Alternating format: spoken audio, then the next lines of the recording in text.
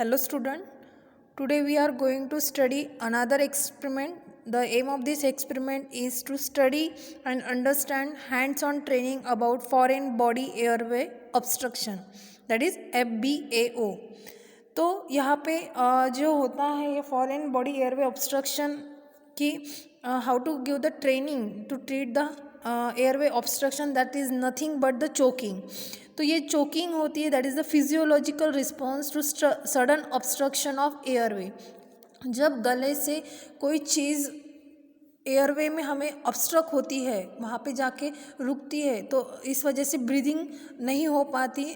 और ये हमें अगर उसको फर्स्ट एड ट्रीटमेंट देनी है तो यहाँ इस एक्सपेरिमेंट में हमें समझना है कि how to give the first aid treatment for the obstruction of any foreign body which is enter into our airway. ठीक है, तो that will cause the asphyxia and it is the terrifying condition occurring very acutely with the patient often unable to explain what is happening to them. ठीक है, patient उसमें explain नहीं कर सकता कि क्या हुआ है, उनमें एकदम से ऐसे ऑब्स्ट्रक्ट हो जाती है, पेशेंट सांस नहीं ले सकता, सडनली कफ आ जाता है. ठीक है, तो पेशेंट प्रॉपरली इस कंडीशन में बात भी नहीं कर सकता.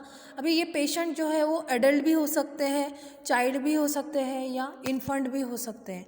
तो हमें समझना है कि how to give the first aid treatment for this foreign body airway obstruction, that is nothing but the choking condition. Choking due to the inhalation of foreign body usually occur while eating, if needed not have been a formal sit down meal, a snack eat on the go, or a chewing gum can also be inhaled. ठीक है, तो ऐसे ये जो choking होती है कुछ चीज़ें खाने से अचानक से मतलब ये एयरवे में जाके ऑब्स्ट्रक्ट करती हैं, या कोई च्युइंग गम है, ठीक है, वो अगर जाके एयरवे में इनहेल्ड हो जाता है तो ये चोकिंग की कंडीशन होती है. तो इसके कुछ साइन एंड सिम्टम्स है, जैसे कि कफ, ठीक है, या स्ट्रगलिंग टू ब्रीथ और टॉक, ब्रीदिंग में या बोलने में दिक्कत आती है. साइनोसिस होता है, ग्रास्पिंग और रीचिंग फॉर द थ्रोट. तो these are the sign and symptoms for choking condition. Sorry. If the patient shows sign of severe airway obstruction, first of all you have to call for emergency, that is 911. और या किसी को बुलाना चाहिए, किसी को कहना चाहिए कि 911 पे कॉलिंग करो इफ़ पेशेंट इज़ अनकॉन्शियस. ठीक है, देन पेशेंट को आपको साइड में लेना है. देन यू हैव टू उसके बाद आपको पेशेंट के पीछे खड़े रहना है. देन आपको पेशेंट के दोनों हाथ जैसे यहाँ पे दिया है गले में से निकालना है. ठीक है, और वो जो दोनों हाथ है वो साइड में लेना है, पीछे लेना है.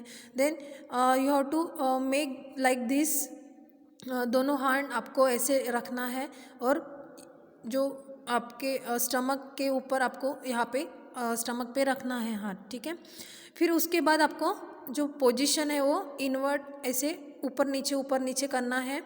ठीक है, by taking both the hand. ठीक है, स्टमक के ऐसे ऊपर नीचे डाउनवर्ड अपवर्ड करना है.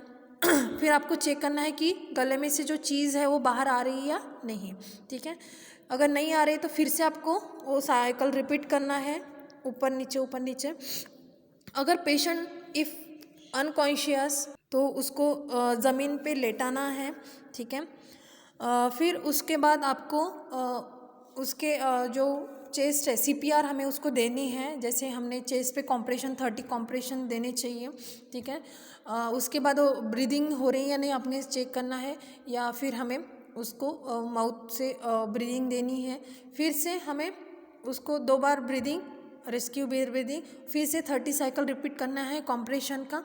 ठीक है, अगर अडल्ट है तो दोनों हाथ से हमें कॉम्प्रेशन करना है, या चिल्ड्रन है तो एक हाथ से कॉम्प्रेशन करना है, इन्फेंट है तो 2 फिंगर हमें अप्लाई करके उसको ऐसे कॉम्प्रेशन करना है. ठीक है, चेस्ट पे. दिस साइकिल आपको रिपीट करनी है जब तक कि जो अनकॉन्शियस पेशेंट है वो ब्रीदिंग ना करे. ठीक है, सामने से चोकिंग मतलब जो FBAO किया, जो हमने ट्रीटमेंट दे रहे हैं, मतलब उसको एब्डोमेन को हम स्टमक को प्रेशर दोनों हैंड से इनवर्ड अपवर्ड कर रहे हैं, ठीक है। अगर उसमें से फिर नहीं निकला ऑब्जेक्ट तो फिर से हमें क्या करना है, बैक ब्लो इन अडल्ट, ठीक है। तो यहाँ पे जो पेशेंट है उसको एक हाथ से पकड़ना है और उसको जो पीठ है उसके ऊपर हमें प्रेशर देना है, ऐसे ऐसे उसको प्रेशर देके हमें उसको बार बार देखना है कि वो जो ऑब्जेक्ट है वो निकल के बाहर आ रही है या नहीं, वहाँ पे हमें प्रेशर अप्लाई करना है, ठीक है। यहाँ पे इन जो चिल्ड्रन है उसको ऐसे बैठना है हमें, फिर हमारे जो थाइज़ है उस पर हमें जो पेशेंट है या जो इन चिल्ड्रन है उसको लेटाना है और उसके जो पीठ पे हमें ऐसे प्रेशर अप्लाई करना है, ठीक है। ऐसी साइकिल हमें रिपीट करनी है बार बार, आगे से और पीछे से।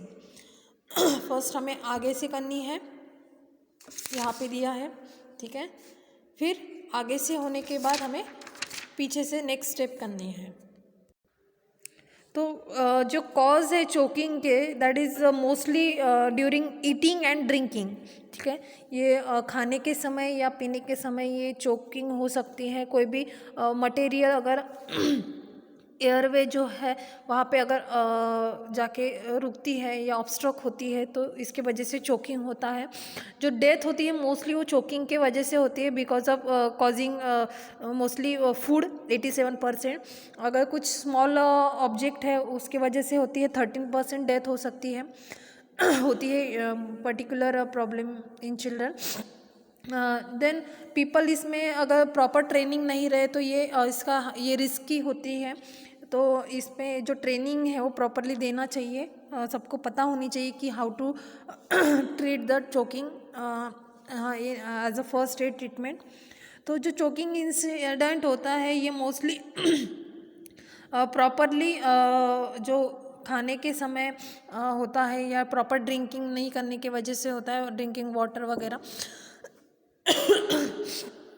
जो ट्रीटमेंट होते हैं इसमें मोस्टली जो इफ़ेक्टिव ट्रीटमेंट है इसके, जो कफिंग के लिए बोलना चाहिए पेशेंट को बार बार। अगर कफिंग करता है पेशेंट तो जो ऑब्स्ट्रक है वो निकल जाता है बाहर, ठीक है। अगर सीवियर एयरवे ऑब्स्ट्रक्शन होता है तो इसमें कव या पेशेंट प्रॉपरली बोल भी नहीं पाता, तो आपको इमीडिएटली इमरजेंसी जो सर्विस है उसको कॉल करना है। पेशेंट को ठीक से खड़े रहने के लिए बोलना है और आपको पीछे से जाके उसको चेस्ट के ऊपर एक हाथ रख के दूसरा हाथ उस पे ऊपर रख के आपको इनवर्ड आउटवर्ड अपवर्ड डाउनवर्ड करना है, ठीक है। और पीछे से भी आपको पीठ पे आपको उसके जोर जोर से प्रेशर अप्लाई करना है ताकि जो ऑब्स्ट्रक है वो निकल जाए। और अगर पेशेंट अनकॉन्शियस है तो उसको ग्राउंड पे लिटाना है। उसके बाद आपको CPR देना है, 30 chest compression and 2 rescue breathing, अगर वो प्रॉपरली ब्रीद नहीं कर रहा है तो, ठीक है। Use of airway clearance devices, although there are several airway cleaning devices for the treatment of FBAO। तो जैसे कि प्रोफेशनल हेल्थ ट्रेन जो पर्सन होते हैं उनमें उनके पास एडवांस टेक्निक्स होते हैं, जैसे कि सक्शंस और laryngoscopy and forceps to remove foreign body from the airway. Now, how to prevent the FBAO? Not eating while exercising, properly chew the all the food properly, उसको अच्छे से खाना है जो भी आप फूड खा रहे हैं। अवॉइड ड्रंकनेस, ठीक है। देन जो भी छोटे बच्चे हैं उनको ग्रेप्स वगैरह या जो पीनट्स है उनको नहीं देना है, क्योंकि वो प्रॉपरली च्यूइंग नहीं कर सकते। इस वजह से अगर हमें FBAO ऑब्स्ट्रक्शन अगर प्रिवेंट करना है तो ये बातें हमें याद रखनी है। This is all about the FBAO treatment. I think all of you understood. Thank you.